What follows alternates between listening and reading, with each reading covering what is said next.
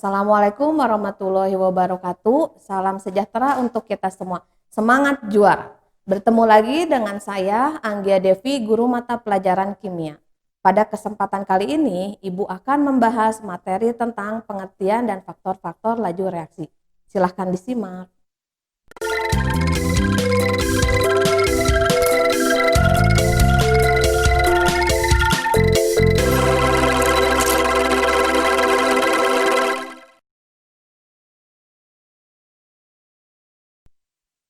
Berikut adalah contoh-contoh reaksi yang terjadi di sekitar kita. Manakah proses reaksi yang paling cepat? Satu di antara reaksi yang terjadi pada proses perkaratan besi dan ledakan bom. Yang kedua, pada proses pembakaran kayu dan ketika menyalakan kembang api. Tentunya adik-adik akan dapat memperkirakan reaksi yang lebih cepat yang mana. Ya, betul. Reaksi ledakan bom lebih cepat daripada perkaratan besi.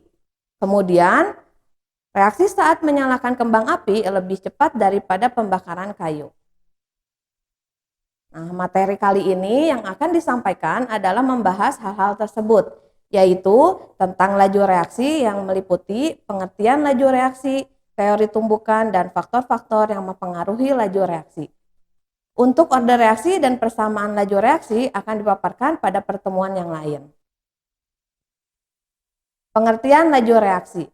Laju reaksi didefinisikan sebagai perubahan konsentrasi molar, reaksi atau hasil reaksi per satuan waktu, yaitu V sama dengan delta konsentrasi zat C per delta T. Contoh pada reaksi berikut.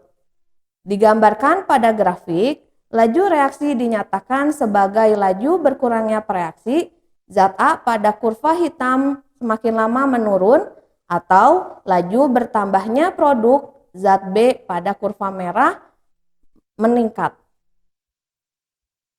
Jika suatu reaksi A ditambah B menjadi C dan D dengan koefisien huruf kecil A, B, C, dan D yang juga menunjukkan perbandingan molnya, maka perbandingan laju reaksinya adalah sama dengan perbandingan jumlah molnya juga setara dengan koefisien reaksi masing-masing zat yang terlibat dalam reaksi tersebut. Sehingga laju reaksi akan sama dengan negatif 1 per A dikali delta konsentrasi A per delta T. Atau sama dengan negatif 1 per B dikali delta konsentrasi B per delta T. Sama dengan positif 1 per C dikali delta konsentrasi C per delta T. Sama dengan positif 1 per D dikali delta konsentrasi D per delta T. Nah, sekarang kita lihat contoh reaksi antara bromin dan asam formiat yang ditunjukkan dengan persamaan reaksi berikut.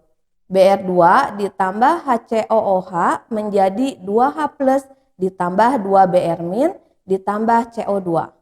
Maka laju reaksinya akan sama dengan negatif delta konsentrasi Br2 per delta T atau sama dengan negatif delta konsentrasi HCOOH per delta T atau sama dengan 1 per 2 dikali delta konsentrasi H+ per delta T atau sama dengan positif 1 per 2 dikali delta konsentrasi Br- per delta T atau sama dengan positif delta konsentrasi CO2 per delta T.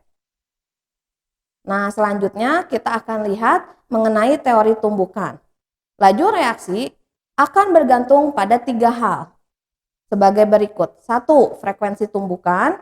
Yang kedua, frekuensi tumbukan yang melibatkan partikel dengan energi yang cukup. Ketiga, frekuensi partikel dengan energi cukup yang bertumbukan dengan arah yang tepat. Frekuensi tumbukan efektif dilambangkan dengan F dan orientasi tumbukan dilambangkan dengan P. Hal ini dinyatakan sebagai K sama dengan P dikali F. Tumbukan efektif digambarkan pada 3 gambar sebagai berikut. Tumbukan yang menghasilkan reaksi kita sebut sebagai tumbukan efektif. Molekul pereaksi dalam wadahnya selalu bergerak ke segala arah dan berkemungkinan besar bertumbukan antara satu sama lain, baik dengan molekul yang sama maupun dengan yang berbeda.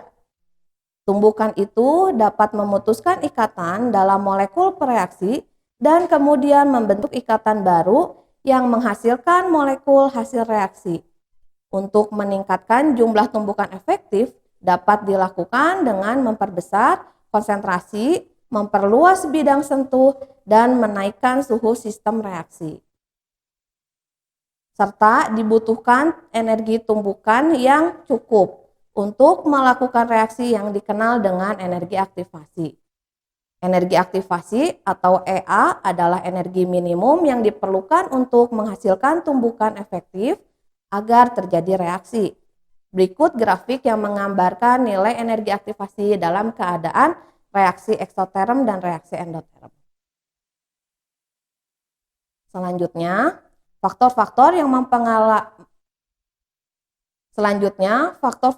mempengaruhi laju reaksi yaitu konsentrasi, luas permukaan sentuh, suhu, dan katalis. 1. Pengaruh konsentrasi. Jika konsentrasi suatu larutan makin besar, larutan akan mengandung jumlah partikel semakin banyak, sehingga partikel-partikel tersebut akan tersusun lebih rapat. Pada gambar B, digambarkan larutan yang konsentrasinya lebih rendah digambarkan pada gambar A.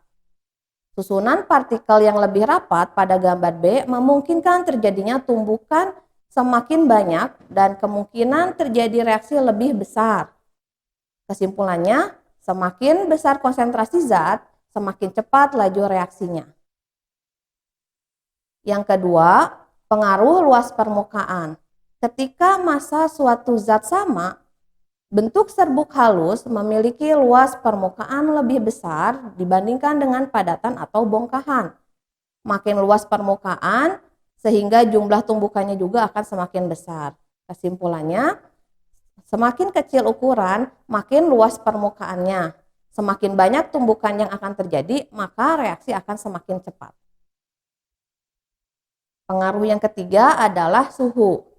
Jika suhu dinaikkan, maka kalor yang diberikan akan menambahkan energi kinetik partikel reaksi sehingga pergerakan partikel-partikel akan semakin cepat. Kesimpulannya, semakin cepat pergerakan partikel, semakin cepat benturan antar molekul yang mempunyai energi kinetik yang cukup tinggi itu makin banyak sehingga reaksi akan semakin cepat. Yang keempat adalah pengaruh katalis. Katalis itu sendiri adalah zat yang dapat meningkatkan laju reaksi tanpa dirinya mengalami perubahan kimia secara permanen. Katalis dapat bekerja dengan membentuk senyawa antara atau mengadsorpsi zat yang direaksikan. Kerja katalis dapat mempercepat reaksi adalah dengan cara membuat jalan alternatif atau jalan pintas bagi pereaksi dalam membentuk produk, yaitu dengan cara menurunkan energi aktivasinya. Nah, digambarkan pada grafik di bawah di slide. Besarnya energi aktivasi dengan menggunakan katalis dan tanpa menggunakan katalis. Jenis-jenis katalis, ada beberapa yang akan dipaparkan. Yang pertama, katalis aktif, yaitu katalis yang ikut terlibat reaksi dan pada akhir reaksi terbentuk kembali. Yang kedua, katalis pasif, yaitu katalis yang tidak ikut bereaksi, hanya sebagai media reaksi saja. Yang ketiga, katalis homogen, yaitu zat berwujud gas, cair atau padat yang dapat larut dalam campuran reaksi.